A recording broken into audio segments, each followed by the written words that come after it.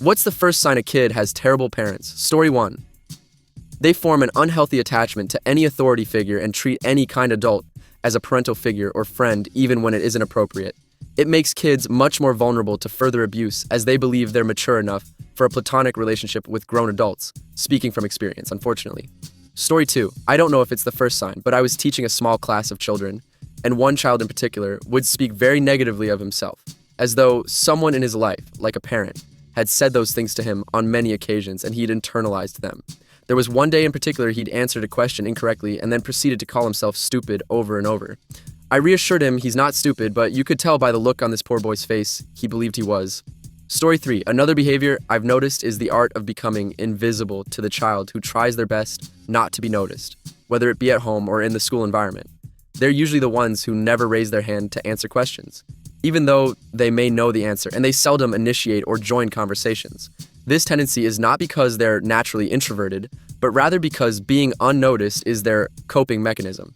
It's their way of avoiding negative attention or criticism at home, where standing out might not have the best outcomes. They become masters of blending into the background, often coming across as extremely independent, when in reality it's a learned survival skill that's been ingrained from walking on eggshells around unpredictable caregivers. It's bittersweet when these patterns manifest because, on the one hand, they display a certain resilience, but on the other hand, it becomes a barrier to forming healthy, transparent relationships where they feel safe to be seen and heard.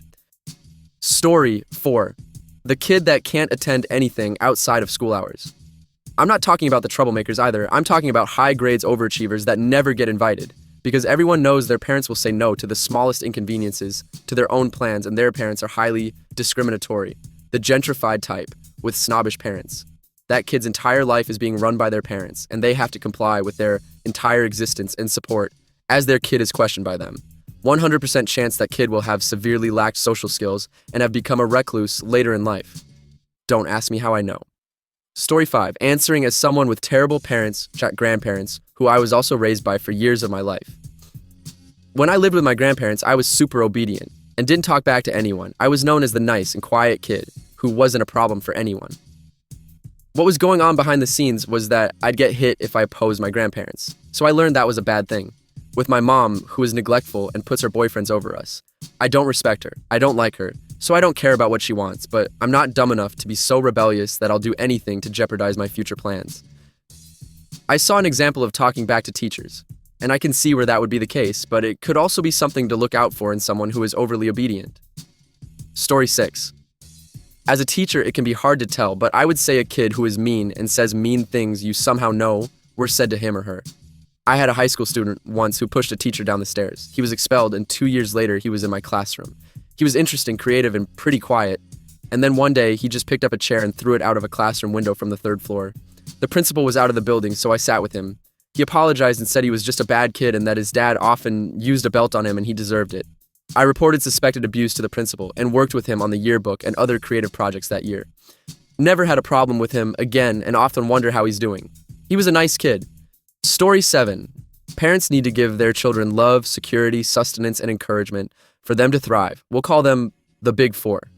I'm not an expert, but I've seen tragic results from kids whose parents constantly compare their kids openly and/or make their kids compete against each other and withhold any of the Big Four as a result.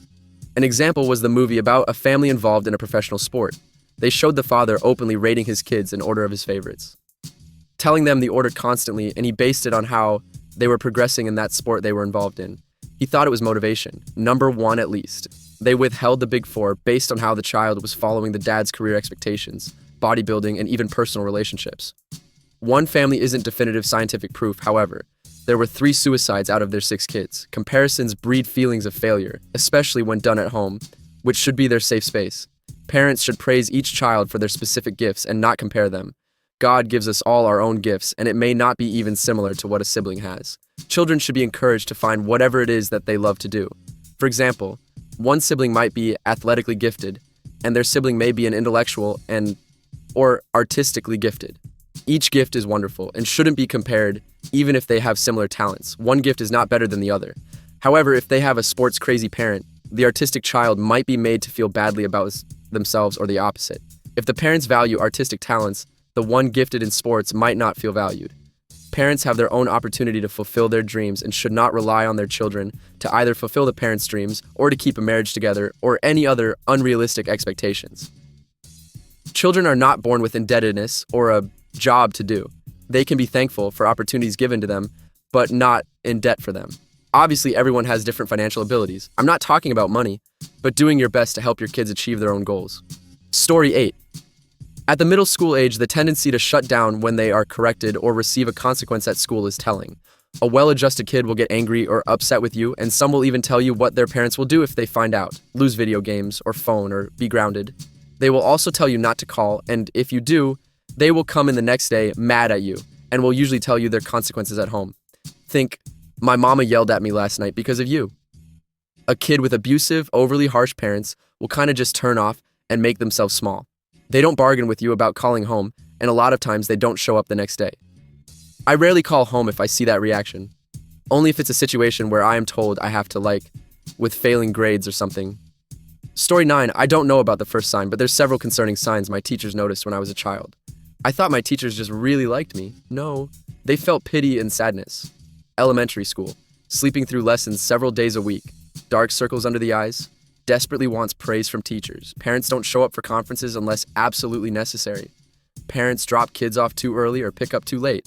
Makes a lot of friends that are actually mean, but the kid is desperate for approval and to fit in. Always the last to grab a snack. Or is consistently hesitant about doing something that hasn't been established as okay.